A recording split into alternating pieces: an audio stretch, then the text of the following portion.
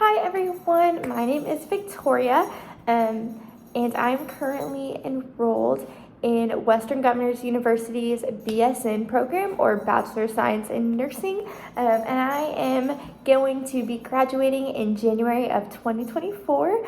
So I wanted to hop on here and encourage any of you who are thinking about nursing, who just got accepted into nursing, are getting ready to have your first skills checkoff, about how to survive that skills checkoff and pass sim lab. I know it's a really new environment. It's a completely different ball game, completely different testing situation in nursing school compared to the previous schooling that we have done. Yes, we do have that actual test taking, select all that apply, getting ready for NCLEX questions and EAQs, but we also have our role-based, hands-on assessments that we have to complete specifically in nursing school that is unlike other schooling programs. So what makes it unique is that you are expected to take the skills that you have learned in your lab and then show competency in those areas by demonstrating and performing them with a mannequin. Your instructor will usually be the voice of that mannequin in that setting, and there will be a patient scenario. So you will be given all of the information that you need prior to starting the simulation. Your instructor will basically give you reports on that patient, kind of give you the overall assessment, any orders that need to be done, and then from there, you were supposed to be expected to perform your assessment, communicate therapeutically with your patient, and then complete the tasks that are either in the orders or based on their care, the change in their care. You're expected to recognize those changes and then act on those situations. And it's usually in a limited time frame, so you usually have about, I think, 30 minutes to complete the sim for your checkoff. It might be different per school, but I think ours is 30 minutes. So my biggest tips for getting ready for sim lab and skills checkoff. So the biggest thing is, number one, take advantage of the time that you have in lab. Take advantage of your instructors, take advantage of the time that you have, getting used to the equipment, hands-on, so that way you're not fumbling with the syringe, during the lab, during the checkoff, because nerves are already going to be high, so you don't want to be worrying about, well, how do I draw this medication into the vial, or, well, the blood pressure cuff isn't working, I can't hear anything. So you don't want to be worrying about those things. So you want to just get all of those kinks out as soon as you can. So definitely practice while you are in lab. Ask your instructor questions. Ask what's going to be expected of you, what you're going to be needing to do manually during vitals, during your assessment. So when you do your head to toe, are you going to have to take a manual blood pressure? Are you going to have to take their temperature? Are you going to need to know how to do those things, or will they be given to you? You should know how to do them anyways, but it's just, those are the things that I like to think about. That way I can kind of prepare and go through a mental step-by-step of what I'm going to be doing. So after you've practiced and then you've gained access and taken advantage of that time in lab, the next tip that I really recommend is you really want to do these 3 important things that if you don't do them, it's going to be an automatic fail in your sim.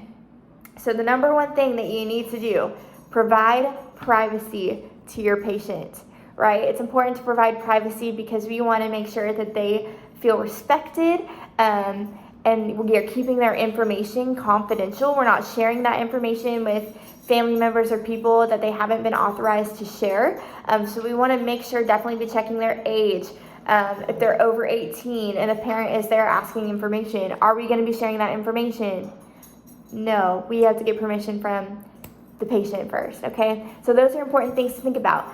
Secondly, we want to think about patient identifiers. So it's really important that you identify your patient at least 2 ways. The 2 biggest ways are, what is your name?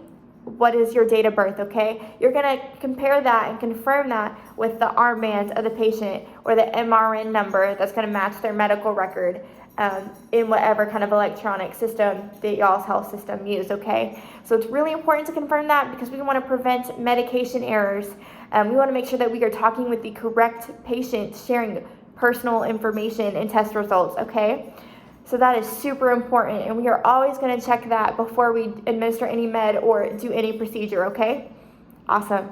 So the next thing and the third thing that we really want to make sure that we do is patient safety. Okay, so this is really big. So once you get through your foundation skill checkoff, one of the biggest things that they're going to be looking for is my patient dangling off of the bed? Are they a fall risk? Were they trying to get up to go to the bathroom by themselves whenever they've been given a high alert drug or an opioid that's going to make them not fully coherent? Because a lot of those patients are going to tell you, oh, I'm fine, I can get up on my own.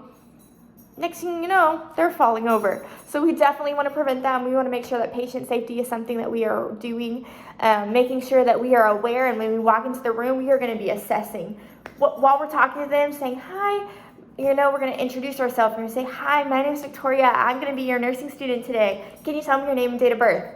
Right there, out of the way, you introduced yourself, which helped you establish rapport, help you build that trust and that openness. And then you said, what is your name and date of birth? Patient identifiers.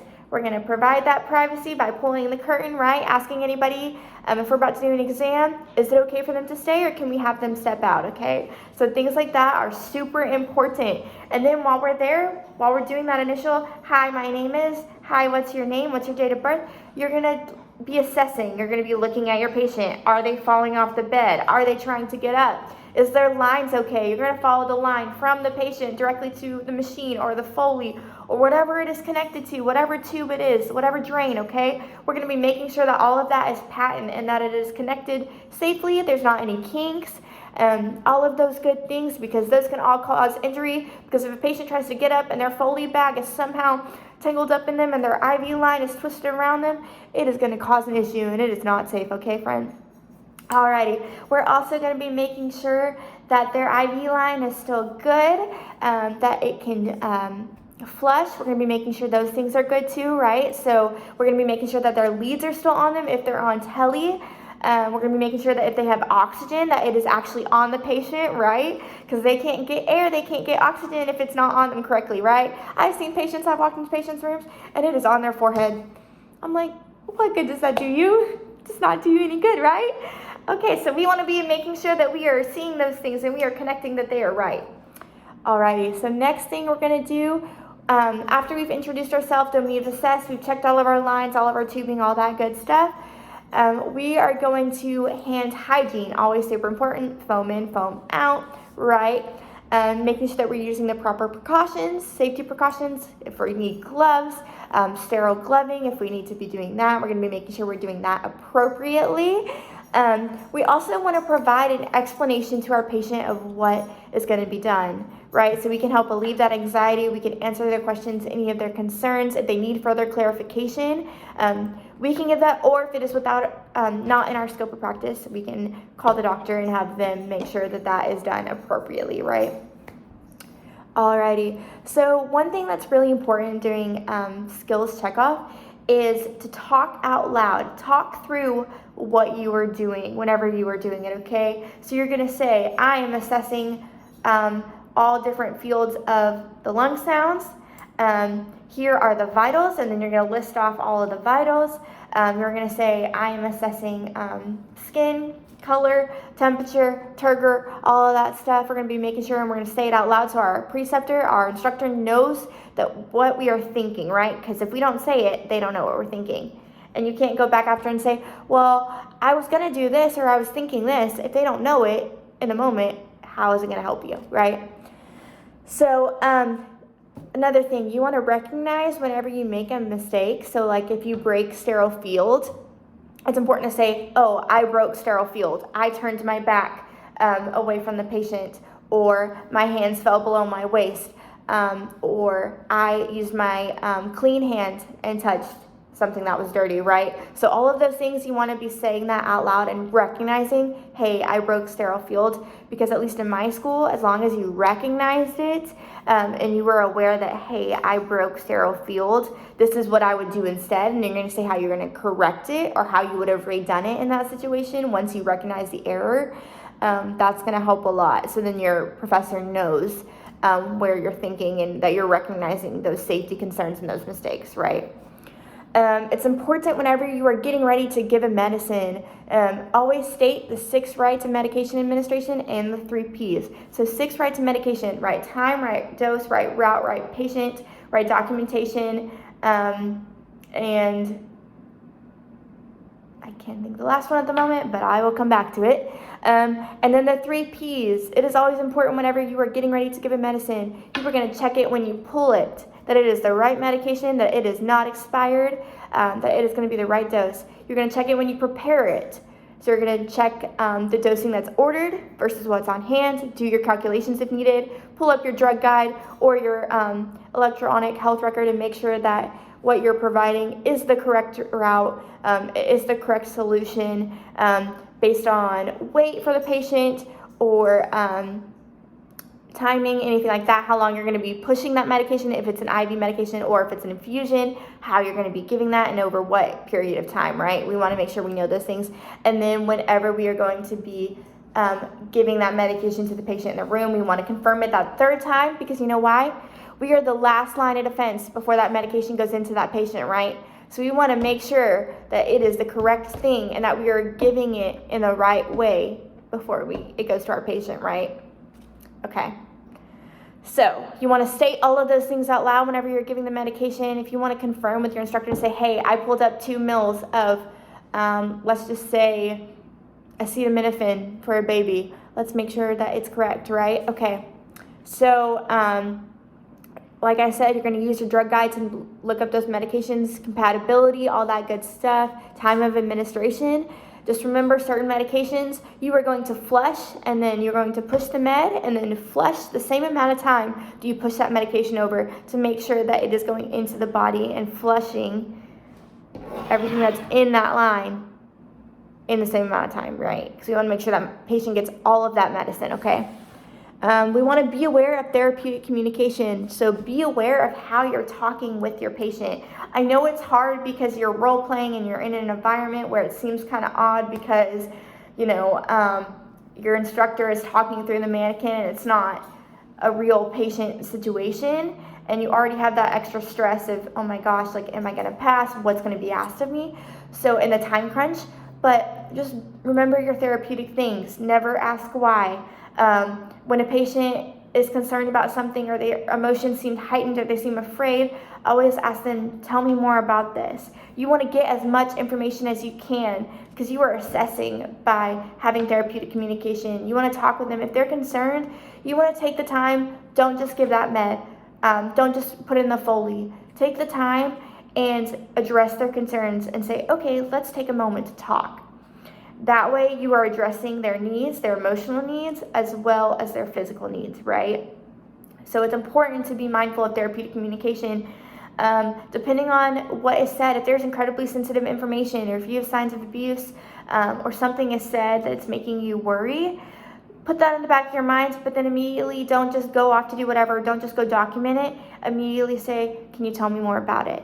Because you want to gather that information to figure out what stemmed it, if this is the first time that it's happened, if it's happened before, what's precipitating those thoughts, those feelings, right? So we want to just be aware of that information because we are our patient's best advocate, right?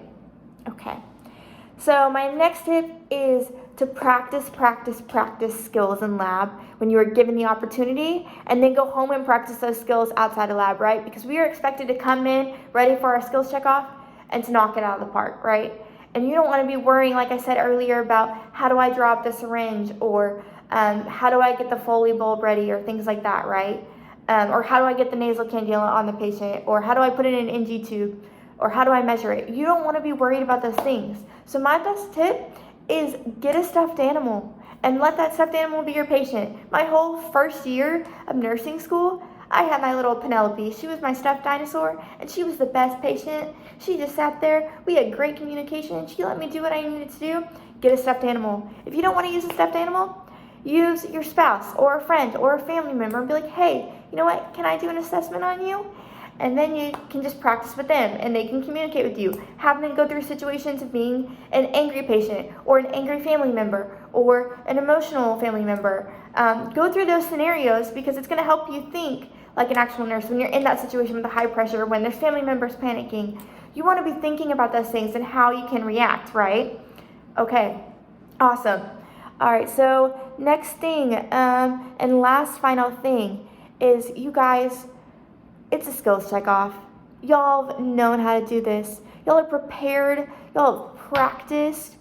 Y'all are smart and capable people. I know that y'all can do it because y'all are in nursing school, right? It is so hard to compare what we learn in lab to what's going to be in clinicals. It's hard because it's different and it's hard to see that connection. And it's hard to feel like you're only learning theory or you're only learning how to teach to the test. But you know what? Y'all can do it. And y'all are learning those skills. Y'all are learning that therapeutic communication. Y'all have the passion and the drive. If y'all are nursing, y'all probably have insane empathy and compassion, which is so important. And you want to help people. So I know that y'all can do this. I know it seems stressful. I know it seems hard. But just breathe through it. Practice as much as you can. Remember your most important things: patient safety, patient identification, patient privacy, medications, procedure steps, talking out loud. Remember all of those things and y'all are going to be great, okay? I wish y'all nothing but the best and I can't wait to hear about it. Talk to you soon. Bye.